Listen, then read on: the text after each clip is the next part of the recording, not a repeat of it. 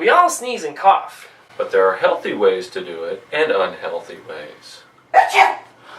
Gesundheit! Coughing and sneezing with unhealthy posture can lead to injury, especially in people with low bone density, when it can cause fractures of the spine and the ribs. We're going to talk about how to sneeze and cough safely. And we're going to do it with a dance. 3, 2, 1. You put your right foot forward, put your left hand back, reach on around and give yourself a pat.